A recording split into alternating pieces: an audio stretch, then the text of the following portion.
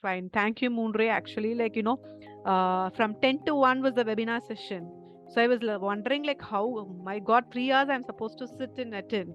But, time just flew away like that. So it was very interactive and it was a good tactics that you followed. Like, you called out our names, which made us like really focus on your, throughout the session, we made sure we were concentrating and it was very, very effective.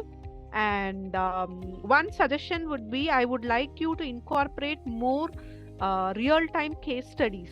You give us a situation, and when you're going to ask us, that would help us, to have more clarity, more than the theoretical part.